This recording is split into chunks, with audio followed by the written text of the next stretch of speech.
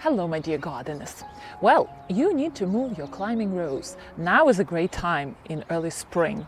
So how do you move all those long canes? Where do you prune them? Do you prune them all the way to the ground, or you bring all the canopy with you? Well, we received a good question from Jules, and this is Jules said. I need to move a climbing rose. How far back do I cut it? Leaving 3 feet canes or so? 3 feet sounds like a good idea. If it would be up to me and I have to move a climbing rose, I would keep 3 or 4 very healthy, very young, long stems, and I would probably keep as manageable height as possible to the extreme, so probably 6 feet. The general recommendation is for it to be easily moved, so you can't have those long canes far-reaching 10 feet.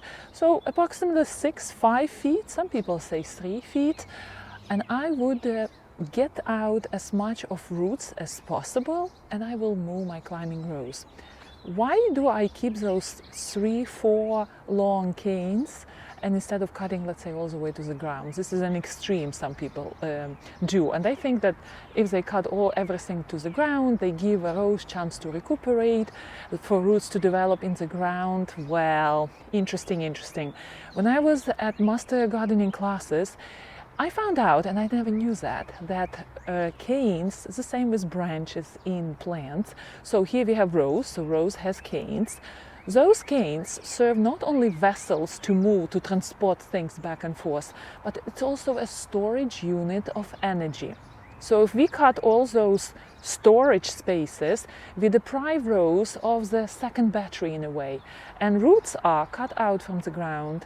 They are stressed, the new roots are not developed, and rose is going into the super transplant shock, stress mode, and starts to throw these very desperate long canes.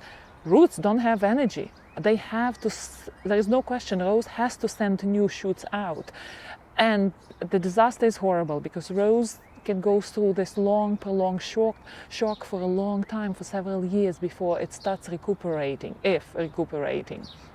So cutting all the way to the ground is not a good idea.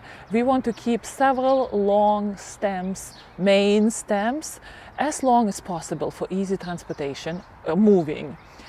Another point I want to say about moving a rose. Usually when the rose is old, it's not a good idea to move it. The best thing is to buy a new rose. A new rose is vigorous. For example, here in my generous garden, and there's no way I would be moving it if I go to a new garden. I will bring a new generous gardener with me because I love my rose so much that I will grow it in my future garden. Another thing is, if you cut all those canes to the ground, not only you stress the rose, you start from ground zero with the climber, because now climber has to build main canes. You deprive yourself from blooms for 1-2 years. The rose has to build all those long main canes. First year, no blooms. Second year, there will be side shoots coming with blooms. And the process starts all over again. Why not to keep those long canes to begin with? Give rose backup energy reserves and have blooms, enjoy blooms next year. So let's talk about another extreme. Some people think, why can't we just keep the whole canopy as it is? Dig up as much roots as we can. And some people shake those roots off and move the rose. Why can't we do that? Well, there is a balance between the roots and the top growth, and it has to be proportional, because all this is going to evaporate. All the water moving up the stems evaporates, and the roots are damaged. We damage them by moving, right? And they cannot adequately supply all that water coming up the stems with nutrients. So again, rose becomes hugely stressed. So that balance between bottom and top is also important in plants. And one more good piece of information: liquid seaweed. It's a special fertilizer which is very good if you want to lightly support the replanted